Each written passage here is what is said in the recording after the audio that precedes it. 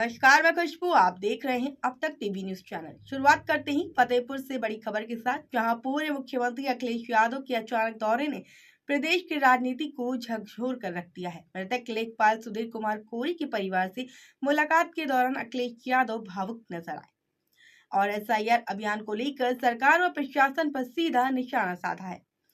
उत्तर प्रदेश के फतेहपुर जिले के बिंदकी कोतवाली क्षेत्र के खजुआ कस्बे में आज शाम राजनीति की गर्मी अचानक बढ़ गई, जब बिना किसी पूर्व घोषणा के लेखपाल सुधीर कुमार कोरी के घर पहुंच गए। सुधीर की मौत SIR स्पेशल इंसेंटिव रिवीजन अभियान के दबाव पे आत्महत्या के रूप में सामने आई थी। 28 वर्षीय सुधीर की अगले दिन शादी होनी थी, लेकिन छुट्टी मांगने पर अधिकारी संजय कुमार द्वारा कथित धमकी के बाद उन्होंने फांसी लगा ली।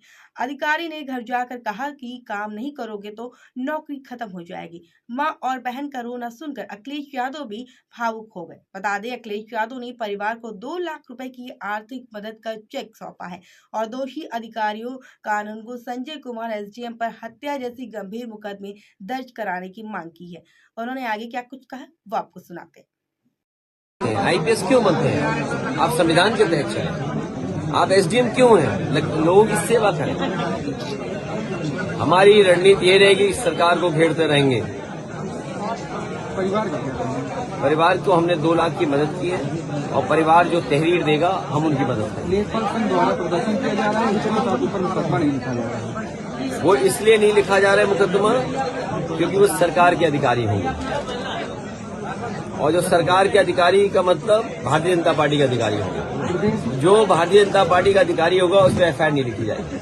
प्रदेश में लगातार दलित उत्पीड़न चल रहा है। में लग रहा है घुसपैठिया नारा दिया, घुसपैठी बात कही, लेकिन घुसपैठी कहाँ मिले बिहार में?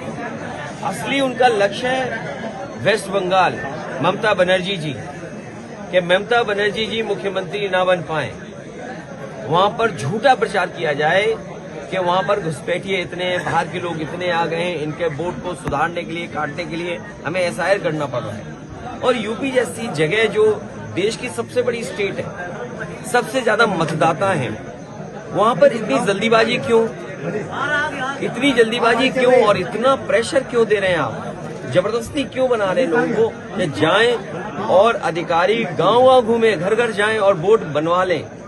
और उस समय तय किया इन्होंने। मैं बड़ी जिम्मेदारी के साथ पत्रकार साथियों से कहना चाहता हूं, इन्होंने निकलवाया कि शादियां कब ज्यादा हैं, त्योहार कब ज्यादा पड़ेंगे, शादियों में लोग जब व्यस्त रहेंगे, उसी समय जानबूझ करके इलेक्शन कमीशन ने बीजेपी से मिलकर के वो तारीखें तय की हैं। तारीख बीजेपी ने दी है और SIR के लिए घोषणा इलेक्शन कमीशन ने किया। तारीख देख ली उन्होंने, जब शादियां ज्यादा हैं उसी समय इलेक्शन कमीशन से SIR करा दिया।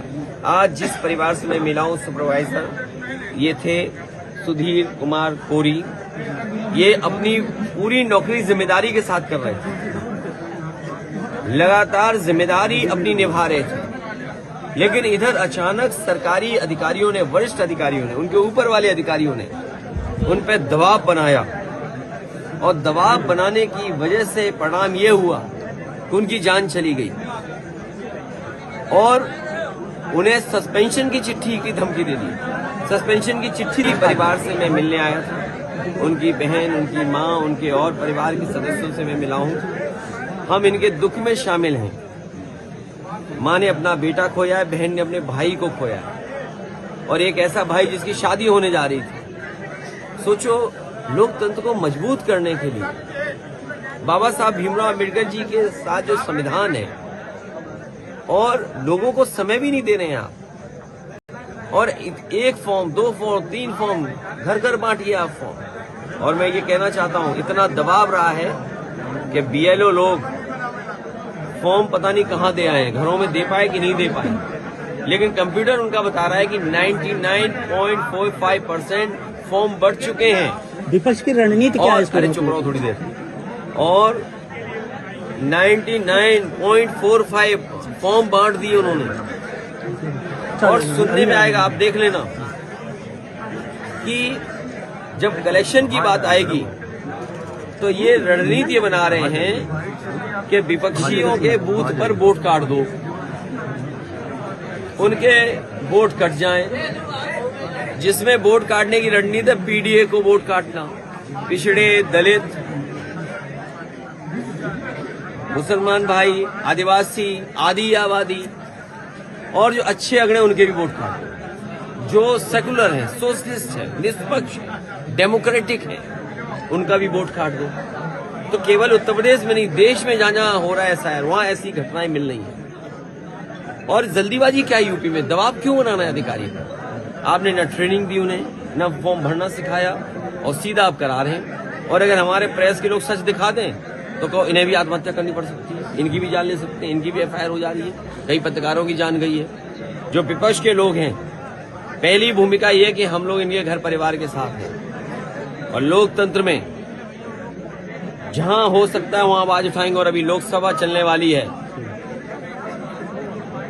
वहां पर जितने भी बीएलओ मरे, जिनकी जान गई है, उनके लिए सरकारी नौकरी मांगेंगे, 1 करोड़ परिवार के लिए मदद मांगेंगे। सरकारी जितनी योजनाएं हैं वो योजनाएं इन घर परिवार के लोगों को मिले। उनका कहना है कि यह मौत नहीं, सरकार की लापरवाही का नतीजा है। एसआईआर नहीं, अत्याचार है। इसी बीच एसआईआर अभियान पूरे प्रदेश में विवादों के घेरे में। अब तक गोंडा, लखनऊ, बरेली और फतेहपुर से मिलाकर 5 से ज्यादा मौतें हो चुकी हैं। लेखपाल संघ ने आज तीसरे दिन भी धरना जारी रखा और चेतावनी दी है कि एफआईआर में एसडीएम का नाम शामिल किए बिना कोई काम नहीं लौटेगा। कांग्रेस ने भी परिवार से मिलकर एसआईआर का समय सीमा बढ़ाने की मांग की है। वहीं बीजेपी की ओर से अब तक कोई आधिकारिक प्रतिक्रिया नहीं आई। फतेहपुर में सुरक्षा कड़ी कर दी गई है और पूरा मामला प्रदेश की राजनीतिक में तूफान ला चुका है। तो बड़ा सवाल अब यही है कि क्या सरकार एसआईआर अभियान की समय सीमा बढ़ाएगी? क्या दोषी अधिकारियों पर कार्रवाई होगी और क्या कर्मचारियों पर हो रहे दबाव पर काम किया जाएगा? इन सवालों की जवाब आने वाले दिनों में राजनीति की दिशा तय कर सकते हैं। फिलहाल के लिए इस खबर में इतना ही। बाकी खबरों की अपडेट पाने के लिए जुड़े रहे हमारे साथ और देखते रहिए अब तक टीवी न्यूज चैनल।